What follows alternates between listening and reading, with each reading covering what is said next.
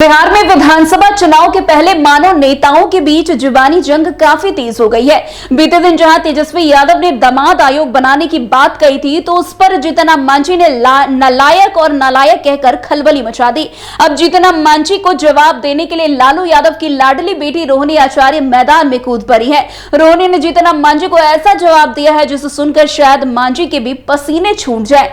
नेता प्रतिपक्ष तेजस्वी यादव ने आरोप लगाया कि सत्ता पक्ष के नेताओं के परिवार के सदस्यों को सरकार ने आयोगों में एडजस्ट कर दिया है। इस दौरान उन्होंने सरकार को यहां तक सलाह दे डाली कि बिहार में जमाई आयोग का गठन कर देना चाहिए। अब इसी कड़ी में जीतन मांझी ने भी तेजस्वी पर करारा जवाब दिया। जीतन मांझी ने रविवार को ट्विटर के माध्यम से इस पर जवाब दिया। उन्होंने कहा कि बेटे और दामाद दो तरह के होते हैं, एक लायक तो दूसरा नालायक। लायक बेटा अपने दम पर यूनिसेफ में नौकरी करते हुए पढ़ाई करता है, यूजीसी नेट पास करके पीएचडी करता है, फिर बीपीएससी द्वारा आयोजित परीक्षा पास करके विश्वविद्यालय में शिक्षक बन जाता है। नालायक बेटा 10वीं पास भी नहीं कर पाता, पिता की कृपा से क्रिकेट खेलता है और जब वहां भी फेल हो जाता है तो वही पिता उस नालायक बेटे को राजनीति में उतार देते हैं और जबरदस्ती उसे दल की कमान सौंप देते हैं।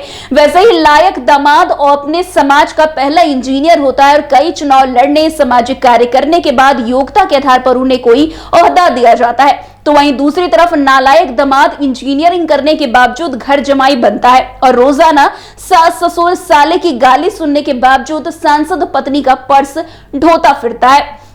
अब इसका जवाब देते हुए रोहिणी ने लिखा है कि एक नालायक बेटा होटल में रंगरलियां मनाते पकड़ा जाता है, मगर बेटे से भी बड़ा नालायक बाप अपनी कुर्सी की धौंस दिखाकर उसे बचाता है। एक दफा एक नालायक दामाद अपने ससुर का पीए बन जाता है और अधिकारियों को फोन कर वसूली करवाता है।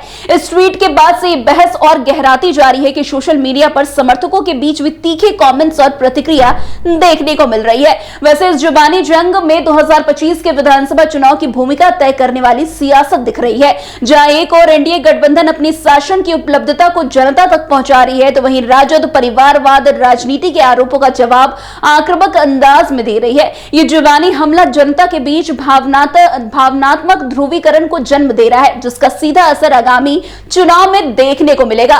वैसे अब जिस तरीके से रोहिणी आचार्य ने जीतन मांझी के ट्वीट का जवाब ट्वीट से दिया है, वो कहीं ना कहीं आने वाले दिनों में और भी बवाल मचा सकता है। खैर, अब देखना दिलचस्प होगा कि जिस तरीके से रोहिणी ने अब ट्वीट किया है, उसके बाद जीतन मांझी के द्वारा क्या कुछ प्रतिक्रिया दी जाती है। तो आज की इस खबर में बस इतना ही। अन्य खबरों में हमारे साथ ऐसे आगे बने रहे और देखते रहे। तब तक के लिए NBC 24। धन्यवाद।